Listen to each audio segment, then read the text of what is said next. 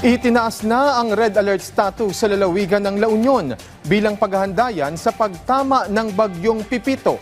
Yan ang ulat ni Chester Trinidad ng Philippine Information Agency, Region 1. Itinaas ng Provincial Disaster Risk Reduction and Management Office La Union ang red alert status sa kanilang Emergency Operations Center bilang paghahanda sa Super Typhoon Pepito. Ayon sa PDRRMO, nakahanda na ang lahat ng rescue equipment at assets para sa deployment.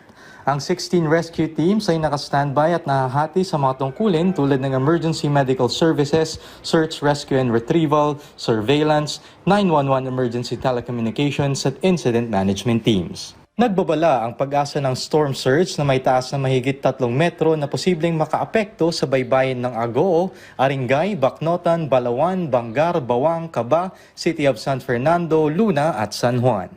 Probinsya ay nasa ilalim na ng Tropical Cyclone Wind Signal No. 3 kung saan inaasahan ang moderate hanggang significant na banta sa buhay at ari-arian. Ayon sa ulat ng OCD Region 1, maaaring maapektuhan ng mga ilog at tributaries sa Amburayan, Baroro, Lower Bawang at Aringay. Pinaalalahanan ng mga residente, lalo na ang nasa malapit sa Burol at Dalistis, na maging alerto sa posibleng flash floods at landslides.